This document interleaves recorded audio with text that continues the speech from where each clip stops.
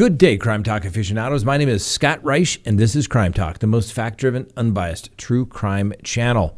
Now, first on the docket, another discovery disclosure has been made in the Lori Vallow, Chad Daybell matters. Second, 2 officers have been relieved of duty. Wait until you hear what they did. Third, new charges in the Boulder supermarket case. Fourth, an alternate juror from the Derek Chauvin matter speaks out. Fifth, someone has been found to be wrongfully accused. Congratulations. Don't forget to pay your bill. Sixth, a guy named Jeff, well, his mansion's been demolished. And finally, our dumb criminal contestant of the day. Let's talk about it.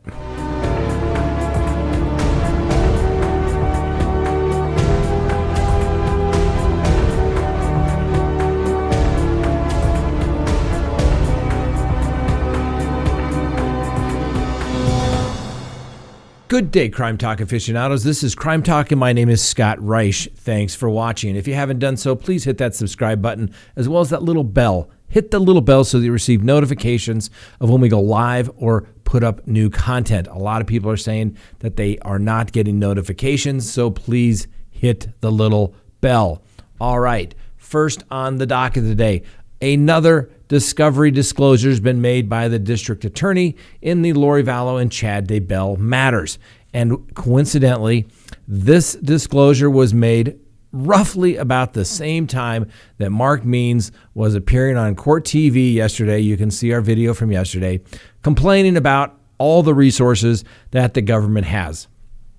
My position on that is, what did you think you were getting into when you were doing criminal defense? Okay.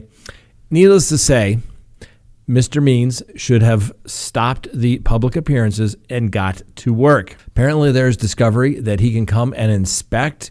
Apparently, all of this evidence has either previously been disclosed, but the district attorney is double-checking, triple-checking to make sure it's been disclosed so that there are no allegations that they haven't received this information. Now, normally, these type of disclosures are done informally. And the fact that the government is doing this is simply to say, we don't trust the defense in this particular case because all they do is whine, cry, and cry foul that we're not doing something appropriately. So there you go. You have it now, Mr. Means. Go get the discovery and get to work so you can be prepared. Since we're supposed to have a jury trial, and now all we have is a status date to get a trial date. And I don't understand why we have to schedule it all the way out in June. Like, nobody can find 30 minutes on the court's docket the entire month of April or May.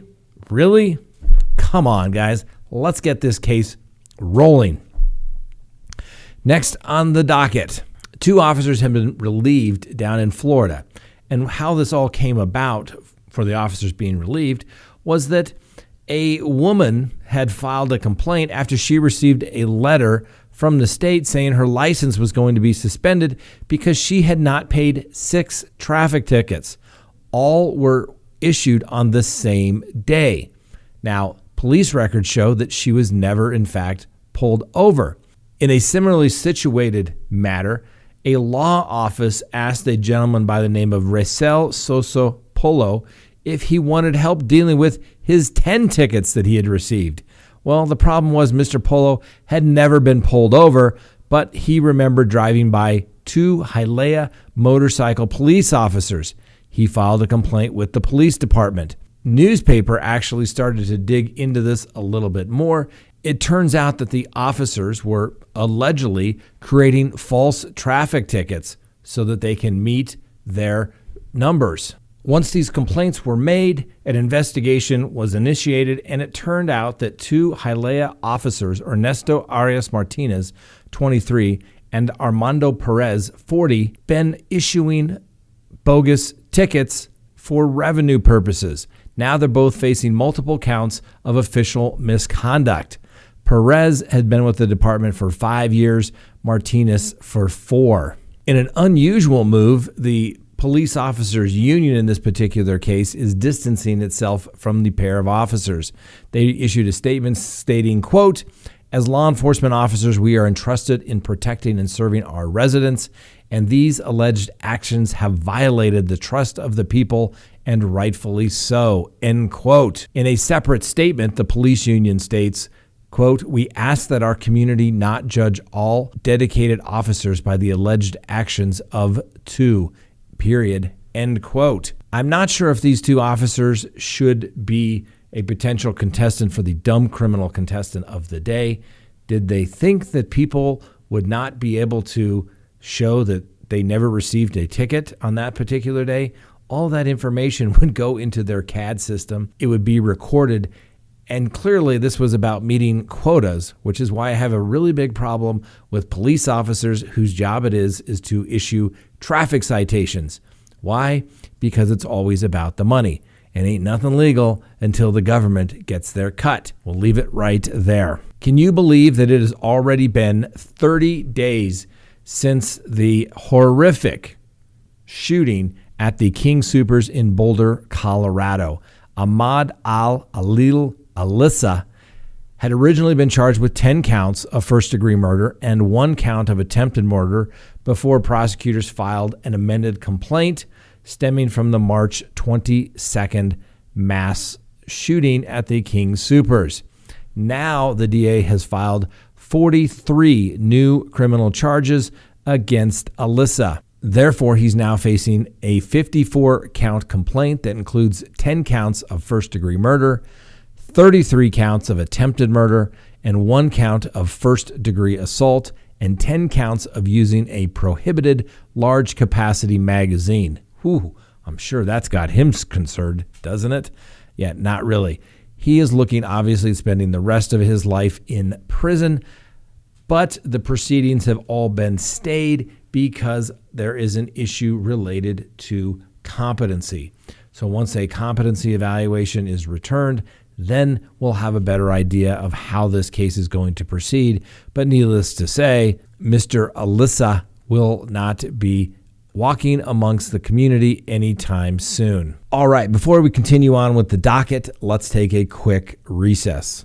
Please go to CrimeTalkSearch.com, sign up for a background subscription service. You'll be happy you did. If there's anyone out there you were ever curious about what was in their background, now is the time to do it. If you're going to get involved with somebody, now is the time to do it. When you go to CrimeTalkSearch.com, you put in the name, literally millions of public records are searched, and a report is generated. And it's going to give you a report. If they have multiple social media accounts, you're going to find it. If they have multiple phone numbers, multiple email addresses, it's going to be found. And more importantly, you're going to get information regarding criminal history. Hopefully the person you're searching has none whatsoever. But if it's there, it's going to be found. You're going to get everything you'd want to know, whether you're going into business or whether you're going into a personal relationship. You're going to be able to find out the information you want to know. So go to CrimeTalkSearch.com, sign up today. You'll be happy you did. Next on the docket, an alternate juror in the Derek Chauvin matter has come forward and appeared on CBS this morning. The alternate jurors heard all of the evidence, received the instructions, as well as heard closing argument in the Derek Chauvin matter. The alternate jurors did not deliberate. They were there just in case somebody was removed during the trial or somehow became unable to deliberate in the jury deliberations. The alternate jurors would have been called back if that were the case. Obviously, as we all know, no alternate jurors were needed simply because the jury reached a verdict in roughly 10 hours. Well, this particular alternate juror, a woman by the name of Lisa Christensen, said that she is happy with the verdict. She thought that he would be found guilty of something, he being obviously Derek Chauvin. She was a little surprised that her fellow jurors found Derek Chauvin guilty of all of the charges. She felt that the most compelling portion of the trial was the testimony of Dr. Tobin. Apparently, Dr. Tobin was, to her, really where everything was explained. It was explained in a nice, simple fashion, and Dr. Tobin was able to break it down for her, literally to the moment where it said that Dr. Tobin said that George Floyd lost his life. She thought the defense basically overpromised a little bit in opening statements and never really delivered on what they promised in opening statements. That's one thing the defense can never do. Keep the defense opening short. Don't make promises that you can't keep. Never commit to your client testifying. Bottom line, the burden is always with the prosecution. Well, this juror, Ms. Christensen, obviously now has her 15 minutes of fame. But she, like a lot of people, just doesn't understand how it went from a counterfeit $20 bill to somebody winding up dead, in this particular case, George Floyd. Welcome to reality, Ms. Christensen. These types of situations happen on a daily basis. Wouldn't it be nice if no one ever got in trouble and the police never had to be called? Yeah, that's not going to happen. It's just not the way human nature is built. Next on the docket, imagine being wrongfully accused of an internet sex crime allegedly involving children. You get arrested. You cooperate because you have no idea what is taking place and why you're being charged in any way. You get taken off to jail. You cannot make your bond. And so you wind up spending the next year in jail. In fact, in this case, 14 months to be exact. And finally, the district attorney figures out that your IP address is not consistent with what they believe to be downloaded, so that your IP address had been used for illegal activity by somebody else. So after that 14 months gets done and over with, you're finally released, wrongfully accused. What do you get from the jail? That's right, a $4,000 bill, plus charges including a $35 booking fee and the $10 daily housing fee, $5 hygiene fee, and a nearly $3 hygiene supply refill fee. All of this happened to David Allen Jones, and he was finally released from the Clark County Detention Center in Kentucky. He's now suing the jail because he doesn't believe that he should have to pay. But our legislatures out there have come up with laws very similar that if you're released or you spend time in custody, you basically have to pay your rent. And so instead of the jail just saying, hey, sorry about all that, they're demanding their $4,000. These wrongful allegations, which the district attorney said were, their fault, has resulted in him losing a job, not being able to get a job. People that knew him won't even talk to him because they believe the allegation, even though they now know that it was a big mistake, and that it has wrongfully and that it has affected his life so much that the only way he is going to get relief is if he is vindicated by not having to pay the $4,000. So to Mr. Jones, I wish you luck. You are an example of how people do get wrongfully accused. And I bring that up because there were some comments the other day where I said, people think they'll never get in trouble. People think that they'll never have to hire a criminal defense attorney.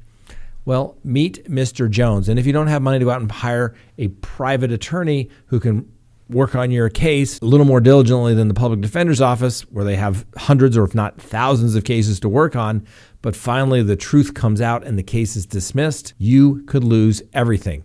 So for all those people that say, well, I would never get in trouble and it would never happen to me, here is an example of it happening. Hey, remember that guy named Jeff? That's right. We still have to deal with Ghislaine Maxwell and her quest to be released on bond. Well, one thing we can say that's finally good that's come of this is that his mansion was sold. Remember, he had this nice waterfront mansion down in Palm Beach. Well, it's sold for $18.5 million. The money from the proceeds from the sale are going to a victim compensation program, which will be distributed to Epstein's victims. Now the house has finally been demolished and the new owner is going to build something much nicer. Next on the docket, our dumb criminal contestant of the day.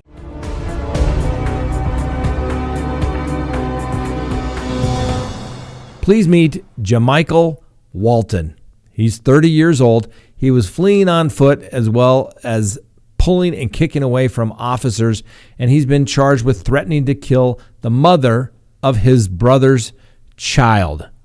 Now, he was arrested in a town called Lenoir, which is about 75 miles north of Charlotte. After being handcuffed and placed in a squad car, Mr. Walton allegedly threatened the arresting officer by saying, quote, "When I get out of here, I'm going to shoot up this car and y'all." Not exactly something that's going to endear yourself to the police officers. And the police officers noticed a little, that little something right there by your nose. Yeah, could that possibly be the cocaine that he had in his pocket? Yeah. So next time you get arrested, make sure if you're doing drugs, you got drugs on your person, maybe you wipe your nose there. Mr. Walton, you got a little something, as you can see there on his booking photo. All right. That's all we have for you today. Thanks for watching. We'll see you next time on Crime Talk.